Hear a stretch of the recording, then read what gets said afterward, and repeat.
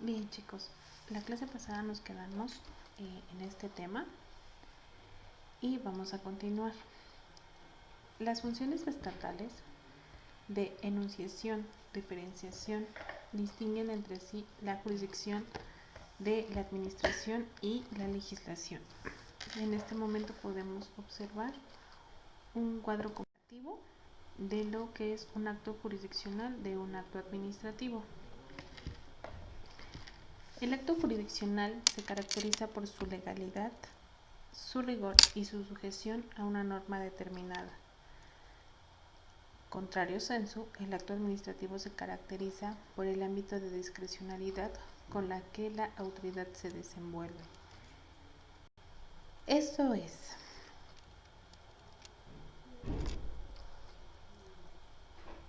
cuando hablamos de un acto jurisdiccional que estamos hablando dentro de un proceso judicial, hay una legalidad y un rigor determinado por una ley, por un código civil, por ejemplo, por un código mercantil, por un código penal. Aquí, si nos vamos a un tema penal, estamos hablando también de una discrecionalidad para no afectar ese proceso. También en un proceso civil vamos a tener ciertas acciones que se van a tener en stand-by hasta la notificación. ¿Por qué? Porque no podemos avisarle a la persona o a nuestra contraparte las acciones para darle el derecho de tener más tiempo o el de crear acciones que perjudiquen el proceso. En el acto administrativo normalmente comienza como una queja, ya lo vimos también en diapositivas anteriores, además de que en el acto administrativo normalmente las sanciones son unilaterales. ¿Por qué? Porque en el acto administrativo no siempre hay dos partes. Ejemplo, les voy a poner un ejemplo de un acto administrativo. Una persona que está obligada a hacer su declaración de bienes, pero él no la realiza, ¿qué va a pasar? Va a llevar un proceso, dentro de ese proceso a lo mejor esa persona tiene la opción de desahogar las pruebas porque él no lo realizó y la autoridad va a resolver una sanción. Esa sanción obviamente solamente va a ser para esa persona porque no tiene una contraparte. No hay otra persona que vaya a pelear con ella o que lo esté acusando. Es un acto administrativo como tal. Lo incumples, hay una sanción. Otra característica del acto jurisdiccional es que la función jurisdiccional es autónoma porque los jueces son independientes.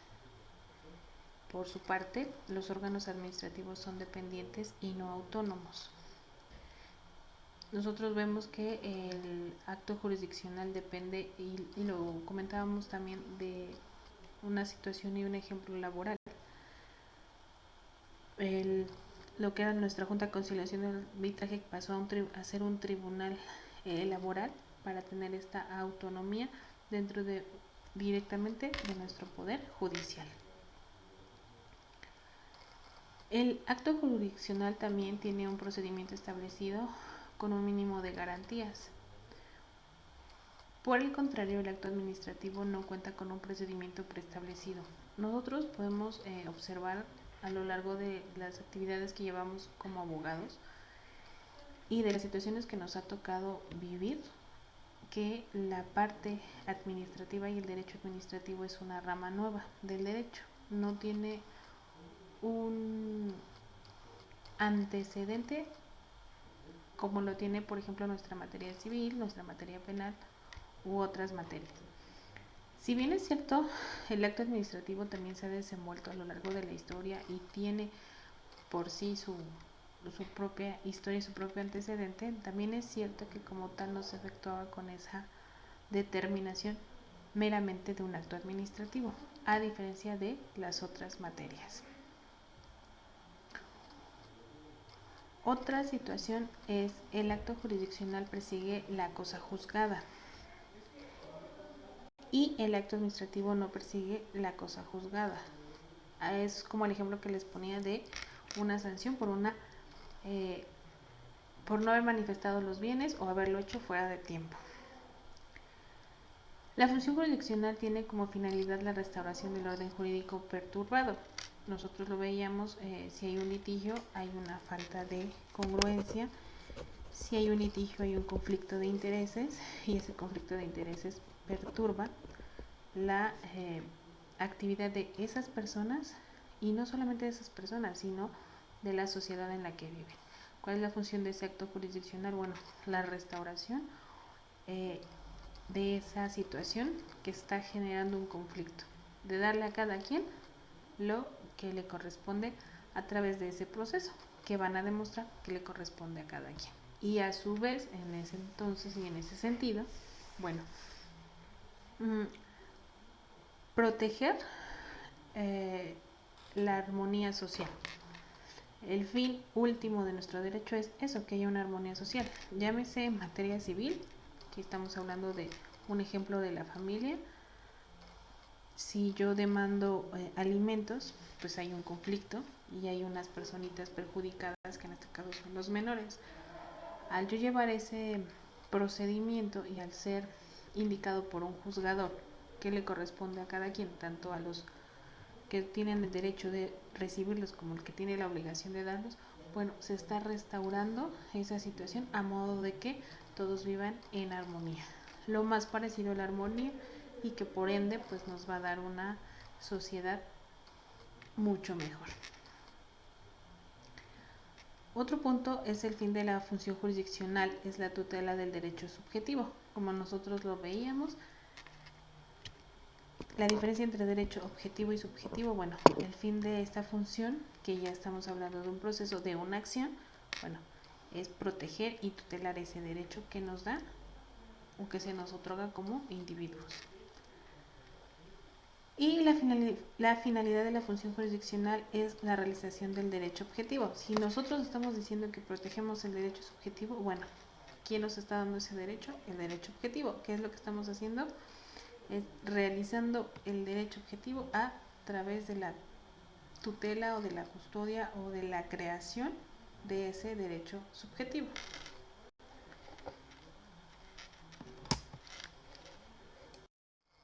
El siguiente tema, y aquí ya vamos a entrar un poco a lo que es competencia, y vamos a ver las diferentes tipos de competencia. En este caso, la competencia en sentido lato y en sentido estricto, competencia objetiva y subjetiva. Si nos vamos a este tema, el tema de la competencia no es exclusivo del derecho procesal. Esto lo podemos ver en todas las materias. No es exclusiva del derecho procesal, pero sí implica parte del derecho procesal. Esto permite a todo el derecho público y también privado aplicar esa competencia. Por tanto, en un sentido lato, la competencia se define como el ámbito, la esfera o el campo dentro del cual un órgano o una autoridad puede desempeñar válidamente sus atribuciones y funciones.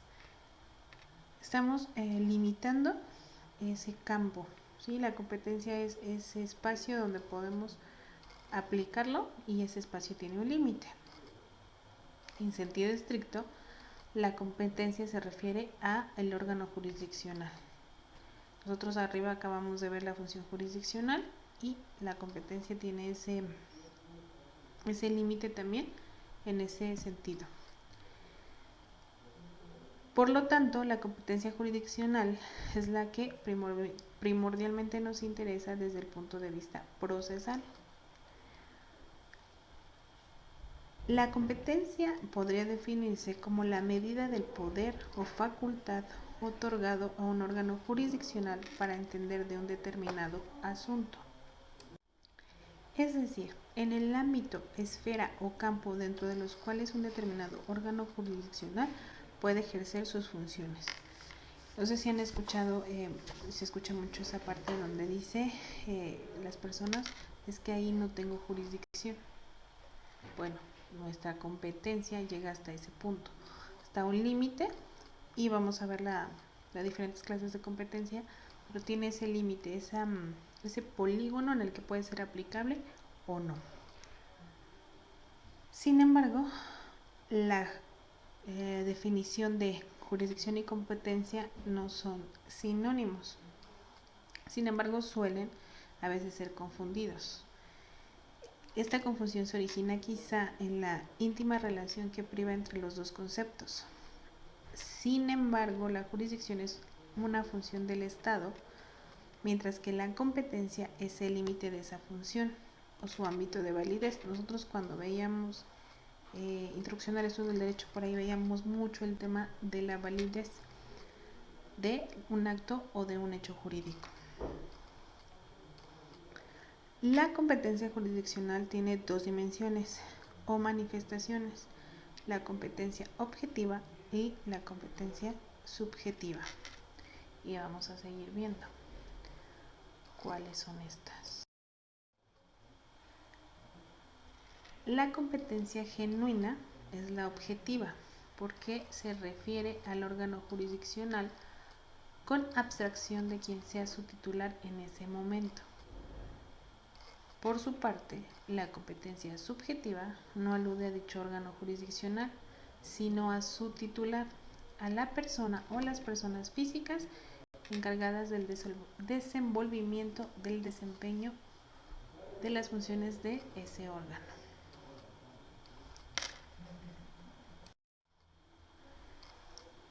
La competencia por materia.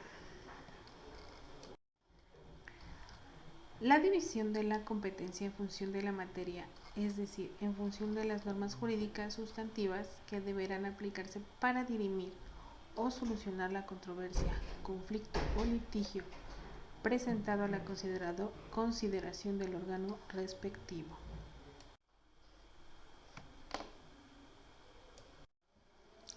En ese criterio sobre la competencia por materia surge como consecuencia la complejidad y especialización de la vida social moderna, que entraña la necesidad de una división del trabajo jurisdiccional. Cuando los lugares son pequeños, tranquilos, sin movimientos sociales y económicos considerables, entonces el órgano jurisdiccional puede ser mixto y conocer tanto de las consecuencias civiles como de las penales o mercantiles en su caso. Cuando el lugar carece de una pequeña población, por el contrario, sobrepasa los límites, entonces aparece la primera especialización de los jueces competentes referente en las diversas materias, penal, civil, mercantil y demás. De ahí que en adelante surge una serie de especializaciones judiciales, que no son otra cosa que diversos ámbitos o esferas de competencia jurisdiccional que dependen de la aparición de nuevas ramas jurídicas y de la estructura del régimen político, del lugar en donde dicha función jurisdiccional se desenvuelva. En un régimen federal como el nuestro, los órganos judiciales federales surgen frente a los órganos jurisdiccionales comunes y locales. Esto es, hablamos de un órgano federal o de un órgano estatal. Ejemplo, un código civil federal o un código civil del Estado de México, del Estado de Puebla, del Estado de Hidalgo. Por otro lado, aparecen tribunales del trabajo, administrativos, fiscales, militares, de derecho agrario, etcétera. Es el ejemplo que poníamos arriba. La demanda de la situación y la sociedad, pues hicieron que se generaran esos procesos administrativos. ¿Por qué? Porque pues ya era mucha la situación en ese carácter y habría que resolverlo. Por eso el trabajo y el actual crecimiento del proceso administrativo. En esta la división de la competencia en función de la materia podemos ver la función de las normas jurídicas sustantivas que deberíamos aplicar para dirimir o terminar o solucionar con esa controversia, conflicto o litigio, presentando a la consideración del órgano respectivo. Esto es, yo tengo una demanda de alimentos, pues por ende voy a demandarla en un juzgado civil, no así en un juzgado penal. Ahora bien, hay lugares donde se dividen y esta situación en juzgados civiles y juzgados familiares. hay juzgados, por ejemplo, de cuantía menor que llevan todos los procedimientos de carácter civil y mercantil y juzgados, y hay lugares donde se especializan más. Nosotros aquí en nuestro distrito judicial de Cuautitlán sí tenemos esa división. Tenemos juzgados civiles y juzgados de la familia. Si nosotros vamos a demandar una situación de alimentos, bueno, la vamos a hacer ante un juzgado de lo familiar. Sin embargo, bueno, hay pueblos o comunidades más pequeñas donde en un mismo juzgado resuelven todo, civil, mercantil, penal. Aquí, por ejemplo, nosotros en un juzgado mercantil, un asunto mercantil lo resolvemos en un juzgado civil. Hay lugares donde en un ya tiene sus propios juzgados mercantiles, ¿sí? Entonces, la competencia por materia, bueno, estamos hablando de que yo tengo un asunto, voy a ver en qué materia encuadra. Sí, a mí me robaron, pues obviamente tengo que ver, no lo voy a meter a un civil, lo voy a meter a un penal. Pero si lo que me hicieron fue un robo por fraude, pues no lo voy a meter a un penal, lo voy a meter a un mercantil. Entonces la competencia por materia implica observar en qué situación nos encontramos y qué materia aplica al caso concreto que nosotros decidimos llevar, o a ese conflicto de intereses que nosotros decidimos o tenemos y queremos resolver.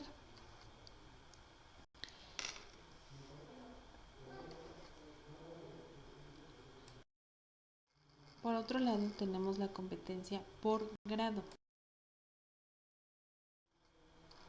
La competencia por razón de grado tiene lugar separando los actos que respecto de un mismo asunto pueden realizarse por los órganos administrativos colocados en diversos niveles.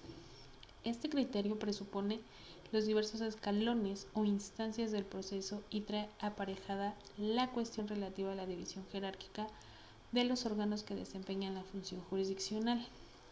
Así, la primera instancia se lleva ante jueces de primer grado y la segunda ante jueces de apelación o segundo grado.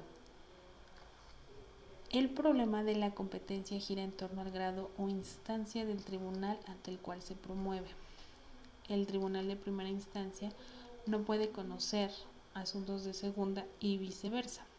Sin embargo, en esta competencia puede darse el fenómeno llamado de prórroga competencial del grado, el cual consiste en que un asunto sale de la primera instancia por una apelación sin que haya terminado su proceso ahí, pues no llegó a la sentencia, ya en sede de la segunda instancia, y al resolverse la cuestión incidental de la apelación respectiva. Esto suponía a las partes de común acuerdo pactando sobre el asunto para no regresar a la primera instancia y continuar en la segunda hasta llegar a la sentencia.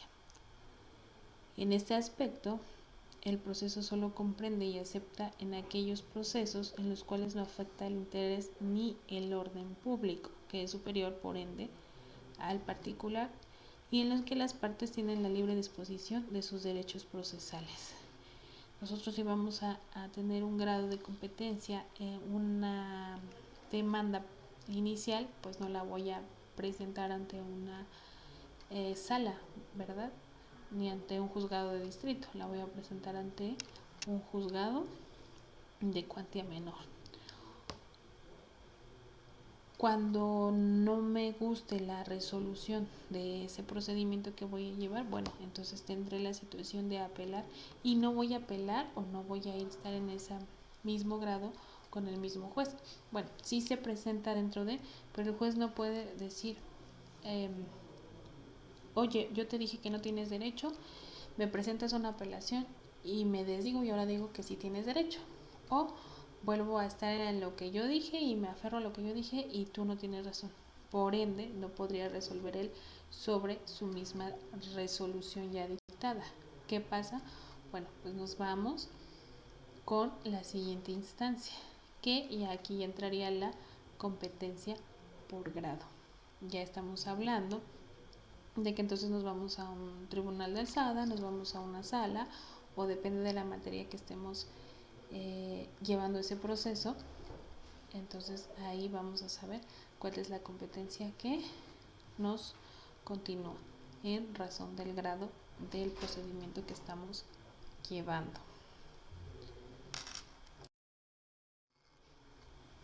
Tenemos la competencia por territorio. En este sentido, la competencia de los órganos judiciales en función del territorio implica una división geográfica del trabajo por circunstancias y factores de tipo geográfico, donde nos encontremos. También demográfico, económico y social.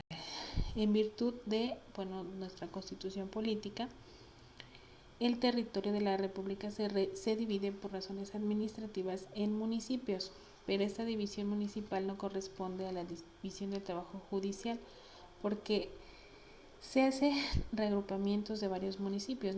Yo les decía, aquí en el juzgado del Distrito Judicial de Cuautitlán, pues implica varios municipios. No Cuautitlán tiene su juzgado, Melchor tiene su juzgado, Tepozotlán tiene su juzgado, Teoloyucan tiene su juzgado, ¿no? Hay una división que se realiza y se llaman distritos judiciales. Esto es en todos los estados de la Federación, y estas circunscripciones territoriales están fijadas en las leyes orgánicas de los poderes judiciales respectivos y reciben diversas denominaciones. Yo les estoy diciendo aquí de un distrito judicial, pero pueden ser partidos judiciales, fracciones judiciales o, como les dije, distritos judiciales. La cabecera del partido, distrito, fracción se encuentra situada en la población más importante según el criterio que llevó a cabo la ley orgánica y mejor comunicada del grupo de municipios que integran dicho partido, distrito o fracción. Más adelante podemos hacer una investigación de los diferentes distritos judiciales que hay en el Estado de México. Esto es que todas las leyes orgánicas de los poderes judiciales determinan con detalle el número de partidos o distritos, sus denominaciones, los municipios que comprenden esta y todo lo que tiene que ver con ese distrito judicial.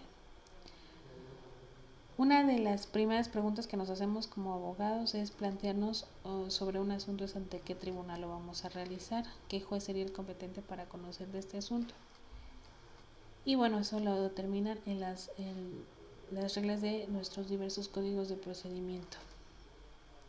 Recuerdan que cuando vimos contratos en clase del cuatrimestre pasado, yo les decía y pudimos ver en la estructura de un contrato que se determina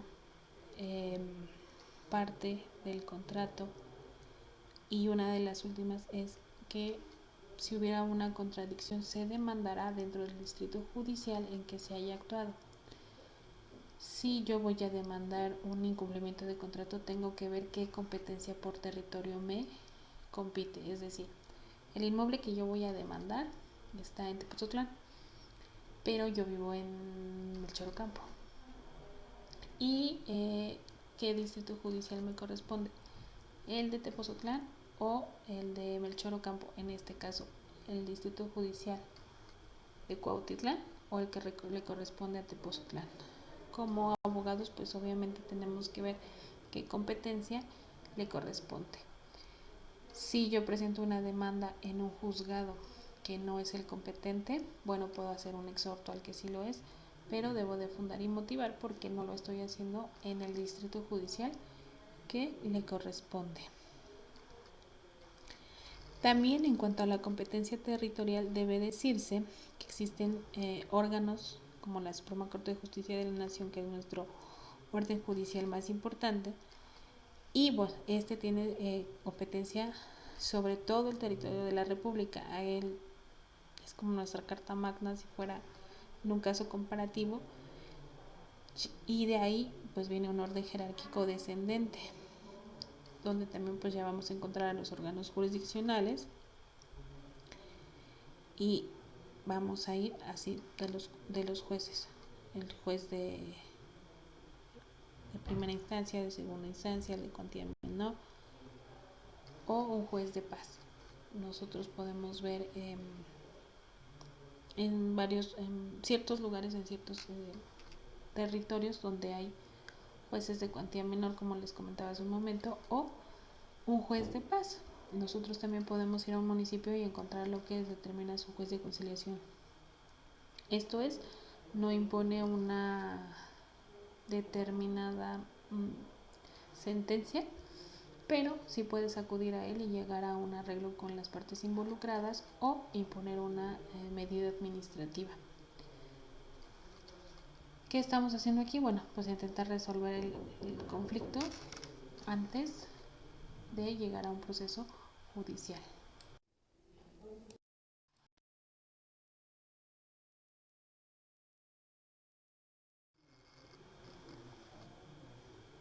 Seguimos la competencia por cuantía o por importancia del asunto.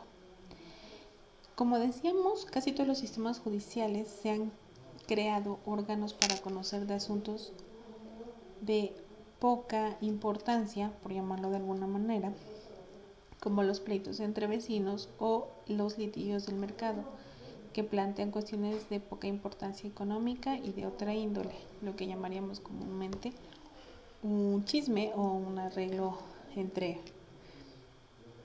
común entre varias personas. También es característico de estos tribunales que sus procedimientos no se sometan a formalidades rígidas ni a trámites dilatados y complicados. El ejemplo que yo les ponía de un juez conciliador en un municipio, aquí se procura que el proceso sea rápido y barato. ¿Por qué? Porque no estás contratando un abogado ni estás sacando 10,000 copias. El proceso es más ágil. En muchos casos el juez actúa como un amigo o como un mediador y se comporta como un juez de equidad de derecho. A estos tribunales los podemos ver a lo largo de los estados y los podemos llamar juzgados municipales, juzgados de paz, juzgados menores, juzgados inclusive de poca importancia o juzgados de cuantía menor.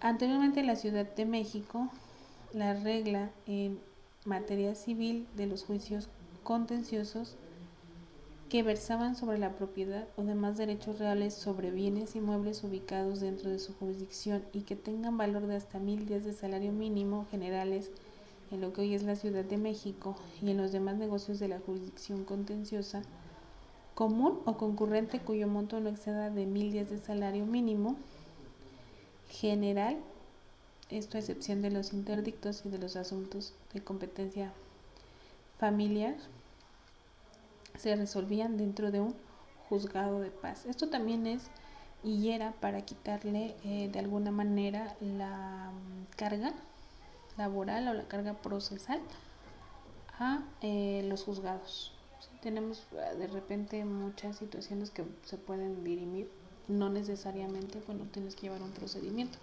se dirimen con un proceso sencillo o también lo que hoy conocíamos como la mediación, ¿no? Antes de iniciar un proceso que podríamos, insisto, como una palabra coloquial llamar un chisme y que podrías resolver antes de eso, bueno, lo que hacemos es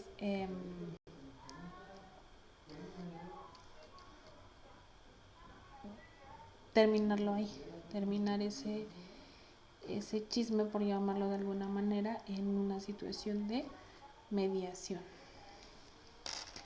Posteriormente tenemos el turno.